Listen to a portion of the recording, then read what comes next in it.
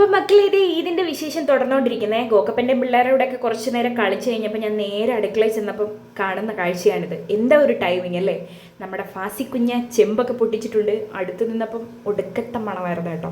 അതിനുശേഷം ഞാൻ പോയിട്ട് ഓരോരോ കറികളായി തുറന്നു നോക്കുന്ന കാഴ്ചയാണ് നിങ്ങൾ കാണുന്നത്. ബീഫിൻ്റെ തന്നെ പല വെറൈറ്റിയാണ് നിങ്ങൾ ഈ കാണുന്നത്. അതിനുശേഷം നല്ല സൂപ്പർ പരിപ്പേറി ഉണ്ടായിരുന്നു. പിന്നെ സാലഡ് ഉണ്ടാക്കിയിട്ടില്ലായിരുന്നു. അപ്പോൾ സാലഡ് ഉണ്ടാക്കുന്ന വിധമൊക്കെ ഫാസിക്കുഞ്ഞ് പറഞ്ഞു തന്നെ കേട്ടോ. നേരത്തെ അരിഞ്ഞ് ഇതൊക്കെ കുറച്ച് ഉപ്പിട്ട് ഫ്രിഡ്ജിൽ ചില്ല് ചെയ്ത് എടുത്തിട്ടുണ്ടാക്കി കഴിഞ്ഞാൽ ഒരു പ്രത്യേക ടേസ്റ്റാണെന്ന് അവൾ പറഞ്ഞു. കഴിച്ചു നോക്കിയപ്പം എനിക്കും അത് ഫീൽ ചെയ്തു. ഇനി എന്തായാലും ഒന്ന് പരീക്ഷ നോക്കണമെന്ന് ഞാൻ വിചാരിച്ചു. എന്നിട്ട് 2 പോർഷനാക്കി കേട്ടോ അതിനെ. ഒന്നിനെ തൈര് ചേർത്തെടുത്തു, ഒന്നിനെ വിനെഗർ ചേർത്തെടുത്തു കേട്ടോ. അങ്ങനെ സാലഡൊക്കെ റെഡി ആയതിനു ശേഷം ഞങ്ങൾ പിള്ളേർ സെറ്റിനെല്ലാം ഫുഡ് കൊടുക്കാമെന്ന തീരുമാനത്തിലെത്തി. സാലഡിന് ഉപ്പ് നോക്കുന്ന ചടങ്ങാണ് നിങ്ങളീ കണ്ടുകൊണ്ടിരിക്കുന്നത്. നോക്ക് മക്കളെ നോക്ക്, നമ്മുടെ ഗോക്കപ്പൻ പാപ്പം കഴിക്കാൻ ഇരിക്കുന്നുണ്ട്. ഇന്ന് ഞങ്ങൾ തന്നെയാണ് കഴിക്കുന്നത്. എങ്ങനെയുണ്ട്? എനിക്ക് ഭയങ്കര ഒരു കൗതുകമായിട്ട് തോന്നി കേട്ടോ.